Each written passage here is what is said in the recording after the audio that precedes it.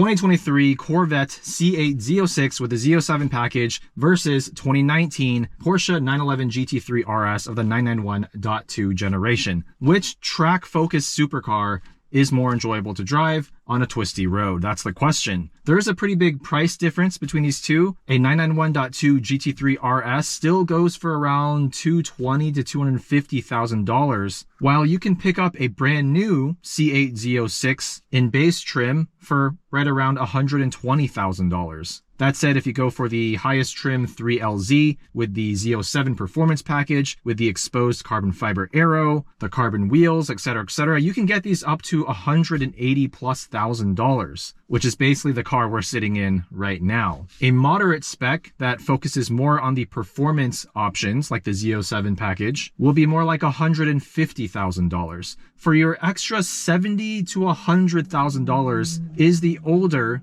and more expensive GT3 RS actually worth it, or are you better off with the newer, highest performing naturally aspirated Z06? I say naturally aspirated because the ZR1 and ZR1X are now out with their 1,000+ horsepower. So I've driven this Z06 before. The owner Jackson has not changed it since the last time. We're powered by a 5.5 liter naturally aspirated V8. It's flat plane crank, makes 670 horsepower, 460 pound-feet of torque, 8,600 RPM redline. We have an 8-speed dual clutch transmission. This car is heavy though, at over 3,600 pounds.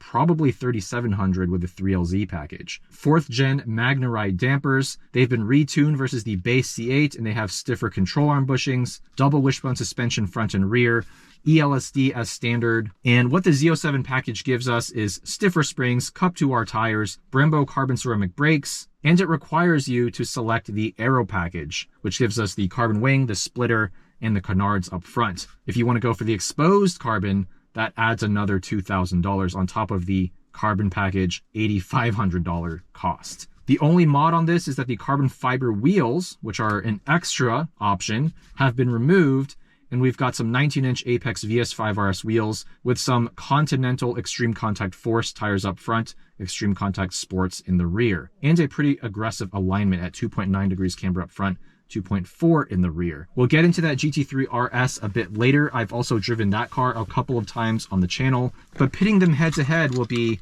a very interesting experience to see which one of these super high revving, naturally aspirated, track focused supercars is actually more enjoyable to drive.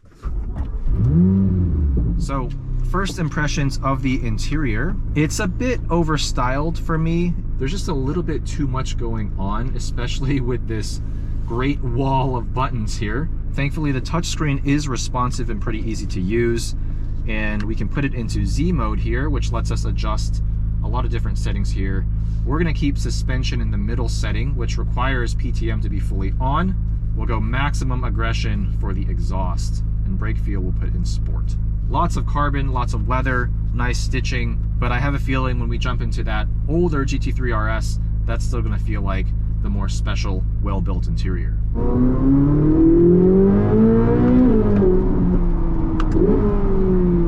And that is the glorious sound of a flat plane crank, naturally aspirated V8. What a ridiculous sound.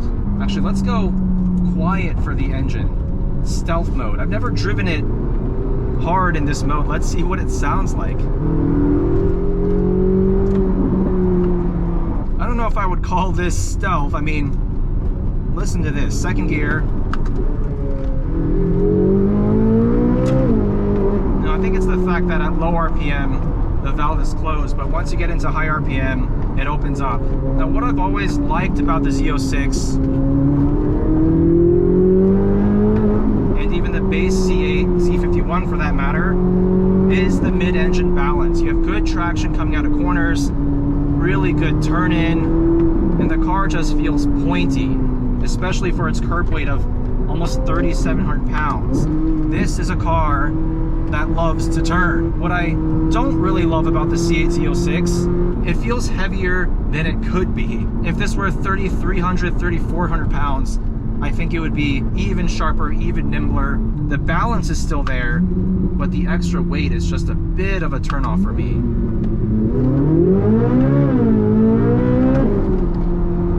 Wow. barely dodged that rodent. Oh wow, what an engine. This 5.5 liter naturally aspirated flat plane crank V8 is a thing of beauty. But another thing I'm not a huge fan of is the steering. Number one, because it has this weird square steering wheel, which I'm still not a big fan of after driving so many C8s. But also, the steering feel is not great. You can adjust the steering weight, but it's all artificial. There's really just not that much feedback.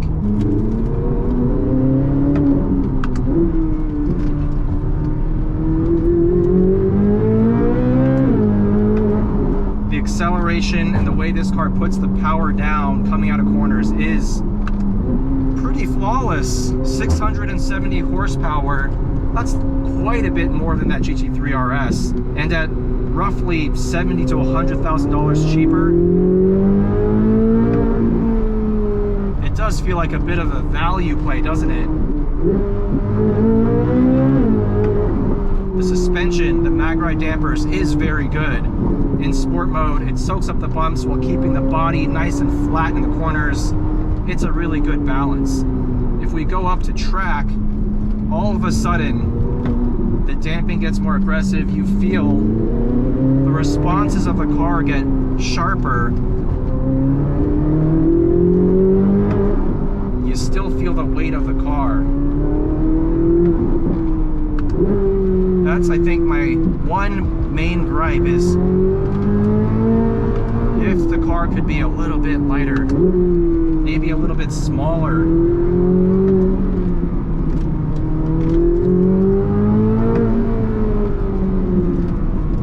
The car does everything well. It feels very cohesive.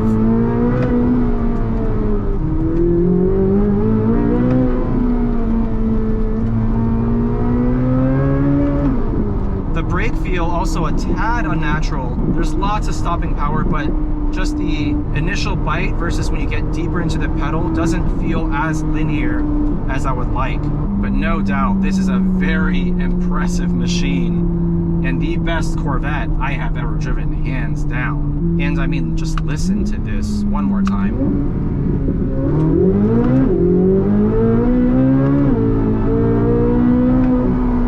It's just incredible. So incredible. And the car moves around a little bit, even with PTM fully on. You feel the car with its track focused dampers and suspension setup overall. It does have that kind of quick responding feeling that you expect in a track focused car. The Z06, Z07 package does give you that. So credit where credit's due. Chevrolet has developed an extraordinary machine, especially for the price. $120,000 to $180,000 depending on spec, or you can buy one used, probably save a little bit. It's so fast, it's so capable, and it is very fun. But is it as fun as the 991.2 GT3 RS? Let's find out. All right, we're now in one of my favorite cars of all time, at least that I've driven, the 991.2 GT3 RS. This is now my third time driving this car. The owner, James, hasn't done anything to it since the last time. It does have some cosmetic mods and these magnetic paddle shifters and a 992 shifter. But in terms of driving dynamics, this thing is basically stock, with the addition of maybe 20 horsepower from the exhaust setup. But the reason this car is one of my favorites of all time is because it just blends extreme precision, sharpness, razor-edged handling with an amazing 9,000 RPM engine note from this flat six, with a super well-built interior. It just feels so solid, simple, purposeful, but still high quality. Even though it's the hardcore RS version, you can still kind of street this car. It doesn't beat you up in the way that at least I expected it would the first time I drove one. It has a 4-liter naturally aspirated flat six, making 520 horsepower, 346 pound-feet of torque. So it's down 150 horsepower from that Z06, but it actually has a slightly higher specific output of 130 horsepower per liter compared to the Z06, which makes 122 per liter. We have strut front suspension, multi-link rear with rear axle steering. So on paper, this has inferior suspension geometry up front. Strut versus the Z06's double wishbones. We have 20-inch front, 21-inch rear forged wheels, 265 front, 325 rear Cup 2 tires. And this is a non-Weissach package car, which means it's a heavier configuration, but it's still 3,200 pounds. So at least 500 pounds lighter than the Z06, which, by the way, that's a convertible, so it might actually weigh closer to 3,800 pounds. There's a lot more focus on aerodynamics here compared to the standard GT3. We also have spherical bearings on all the suspension links, and that should make this car feel even sharper, but a bit less compliant. In terms of options on this particular car, we have Porsche carbon ceramic brakes, front axle lift, extended leather, an extended range fuel tank, lightweight bucket seats, and black paint. The Dundon street headers supposedly adding about 20 horsepower, so this should be making maybe 540 bhp. But after driving that Z06 Z07, which is the most hardcore Z06 you can purchase, is that kind of like an American, more affordable alternative to the GT3 RS? That's the question I'm going to try to answer. Much simpler interior, as I mentioned before. The 991.2 still has analog gauges besides this multifunction digital display. The interior is arguably less flashy, but I do think it's simpler and more purposeful while also being even higher quality. Let's go PDK Sport, manual mode, exhaust valve open. Here's one reason why this is one of my favorite cars of all time. Listen to that. It doesn't make as unique or as exotic of a sound as that flat plane crank V8, but you cannot argue that this doesn't have a ton of character and sharpness and aggression. Wow, the shift speed from the PDK is insane.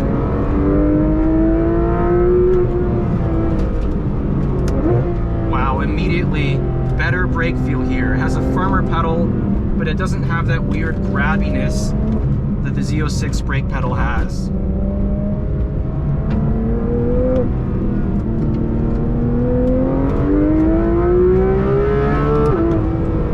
Wow. At high RPM, this might actually be a little bit more high-pitched in terms of the engine note than the Z06.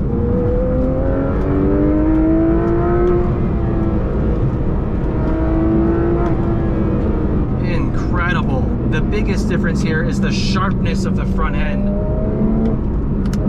This just turns in with such precision.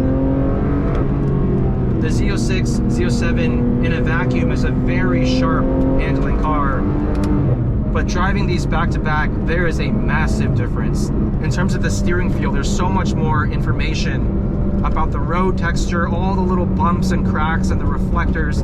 You feel it through the wheel here. The Z06 steering rack filters a lot of that out.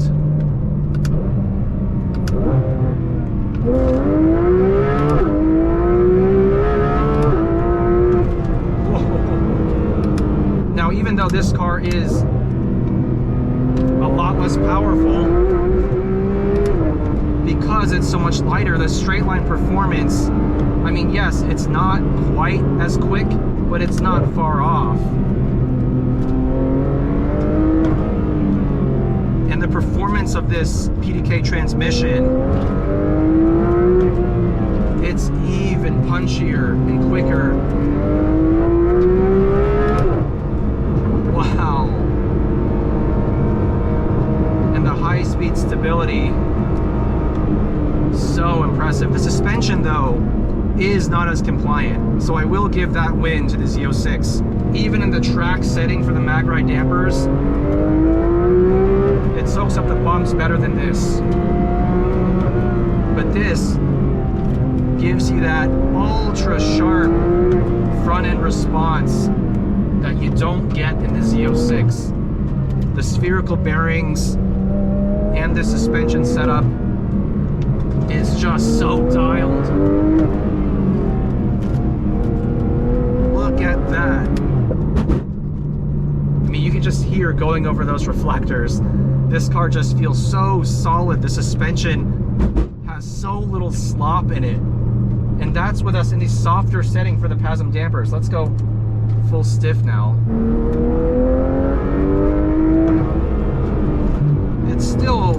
does a good job though, considering this is a very unforgiving, bumpy road.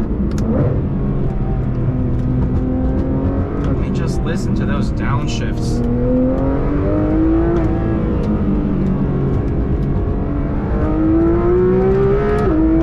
Porsche is just the master of the dual clutch transmission. Even from 2019, this car proves it. They are the best in the business. Wow. The front end response and the steering feel and just the overall cohesiveness of all the controls. I said the Z06 felt cohesive, but this is just that little bit better. Not only is it sharper, but it feels more natural and frankly easy to drive. The suspension is quite stiff though. Oh, I love the brake pedal. It's so firm. Oh my goodness. Let's dial it back into the softer setting. Just a phenomenal driving experience. This is the platinum standard for me. Not having driven a 992 GT3 RS, but I have driven a 992.1 GT3, and I prefer this. It has more steering feel, it feels a little bit more raw, and I prefer this more analog interior.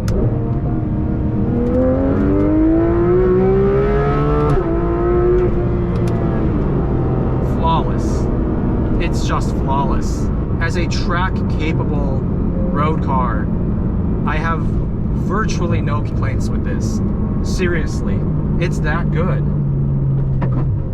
And see right there, yeah, it's stiff, you feel every bump, but it's a one and done. It just soaks it right up. I love this car.